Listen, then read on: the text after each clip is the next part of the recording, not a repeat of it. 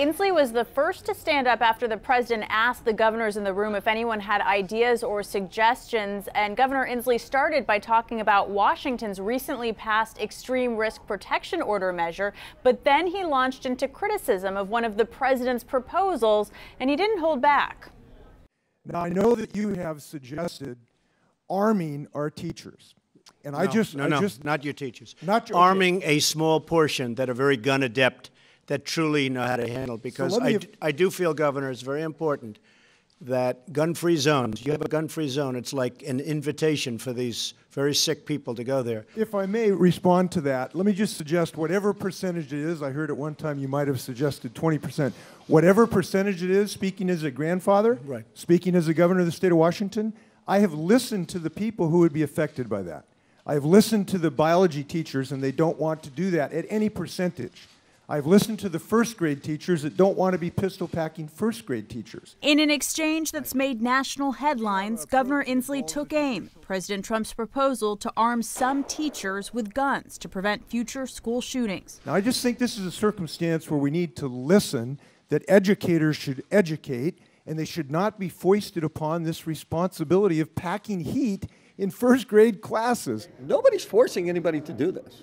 I have teachers calling me. Now, of course, they're not calling you, but they're calling me, and they're saying, I want this to pass because currently I'm packing now, and I want to be legal. Republican State Senator Phil Fortunato of Auburn has proposed a bill that would establish a training program if teachers choose to be armed. It's one of several school and gun safety ideas being floated around Olympia. We need to come together and do something for school safety in Washington. Democratic State Senator David Frocht, whose bill on enhanced background checks for assault weapons stalled earlier this legislative session, has now introduced a new proposal in a bill that focuses largely on school safety measures.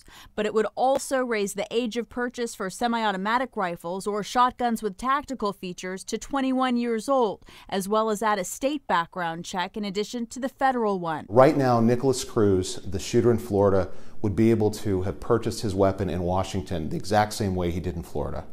And I think that's unacceptable. The gun debate has divided lawmakers across the state and across the country, but it's one now back in focus less than 2 weeks after another school massacre. And I would say the issue was dead, unfortunately, but for what happened at Parkland, and I think that has renewed the conversation around school safety and what we can do to make Washington safer.